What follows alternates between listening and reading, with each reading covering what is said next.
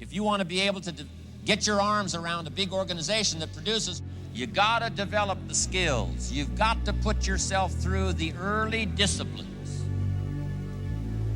But now here's what's exciting about the disciplines. Number one, do what you can. Do not let neglect grab you by the throat. Don't let neglect stall you on your path toward prosperity and health, being able to become powerful, influential, rich beyond wildest imagination. Don't neglect what you can do. If you can read, read. If you can change, change. If you can grow, grow. If you can take one step, take one step. Do not neglect to do whatever you can do at the moment.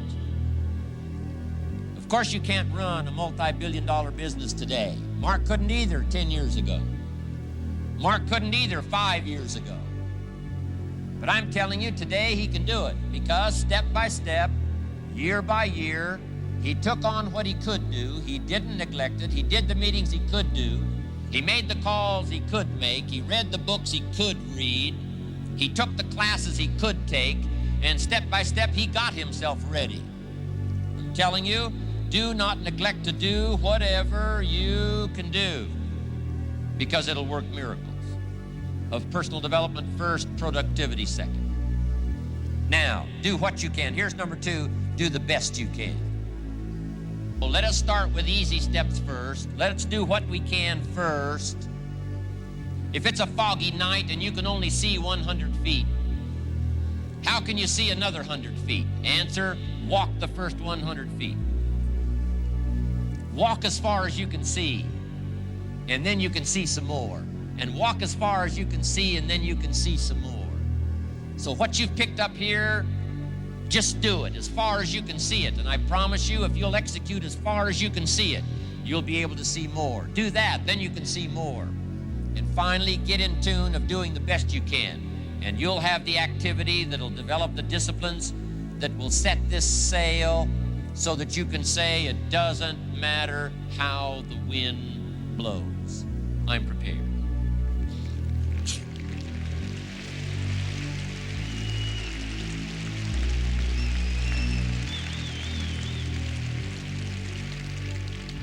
We all must concentrate a great deal of our attention on our own philosophical conclusions, because this is what guides our life, our philosophy. The working of the mind, the ability to think and process ideas and information. This miracle process that human beings can engage in is simply incredible. The ability to use our mind to think, to process ideas and information that helps us to build a philosophy that guides our life. All kinds of philosophy. Political philosophy, of course, helps guide the nation. Economic philosophy determines whether or not you're going to be financially secure. A good health philosophy determines whether or not you're going to be healthy. A good working philosophy with your family determines whether or not that's going to work out well. Philosophy. Let me give you my definition of philosophy. Philosophy is the sum total of what we know, and number two, the decisions we make. So first of all, we must gather knowledge. Second, we must sort it all out, decide what's valuable and what isn't valuable. And let that establish for us a philosophy to live by. You're going to have to go through the decision-making process and sort it all out. What you can use right away, what it's going to take a while for you to get involved in, sorting it out for you, how to make it fit for you, make it fit for your life, make it fit for your business. This process here is what establishes our philosophy. We've got all kinds of wind that blows out here. But what this philosophy does is help us to set the sail. The winds of opportunity, the winds of circumstances, the political winds, the social winds, the winds are always blowing. But here's the best part of education that I know of. You cannot change the winds. But you can change the set of the sail. And that's why we've come here to study today, is to see if we can't refine our thinking and our philosophy to help set a proper sail, so that no matter what wind blows, and when somebody says to you, what if this happens and what if this happens? Doesn't matter. What a power to walk away here with. Doesn't matter how the wind blows. I've gotten some information to set a sail, establish my philosophy that's going to give me the guidance to building my business, building my organization, building my life, building my relationship with my family, building a good marriage, building all the values of my life. I've got the information. I've got the ideas.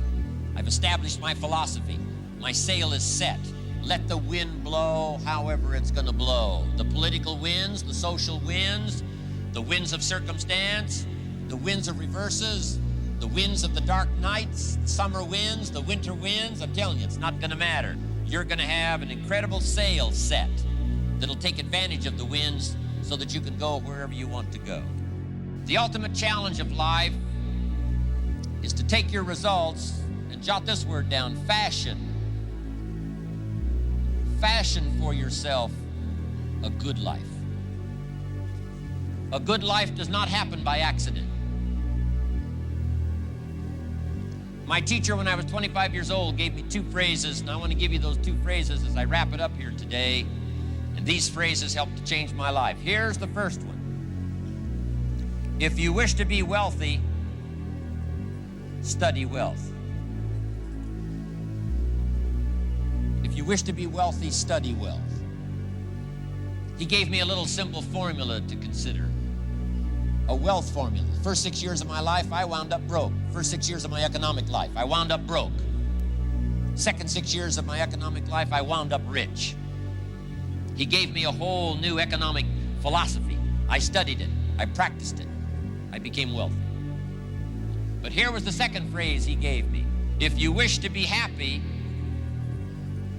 study and practice the art of happy living. Up until then, I had no concept that happiness was a study. My best hope for happiness at age 25 was just to go around with my fingers crossed, hoping something would make me happy. And he said, no, happiness is something you fashion. Happiness is an art. It's not an accident, it's an art. And so I'm asking you to study and practice the art of living a happy life.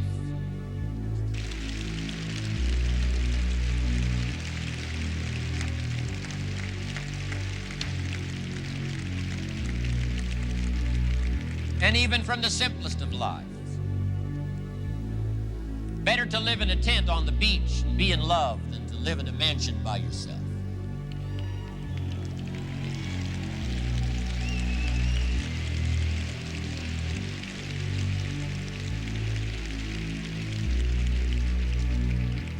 But now here's the last part. This is the most exciting. Not only can a well-fashioned lifestyle experience be enjoyed, here's the powerful part. It can be invested. It can be invested. Because here's what really happens. You take lifestyle, all those values, all the coin, all the currency of lifestyle, and you invest it. This feeling here helps you to now, drives you to do the better study. Why? This whole cycle keeps coming around. Philosophy, attitude, disciplines create lifestyle. Lifestyle inspires you to go back, develop an even better philosophy, stronger attitude, more detailed disciplines. All of that helps you to produce lifestyle. And if you fashion this well, love affair, marriage, culture, evening, weekend, all of this good stuff now, that inspires you now to read, study and grow, develop your philosophy, strengthen your attitude, pick up the disciplines. This whole cycle, I'm telling you, there's nothing like it once you understand how to live this way.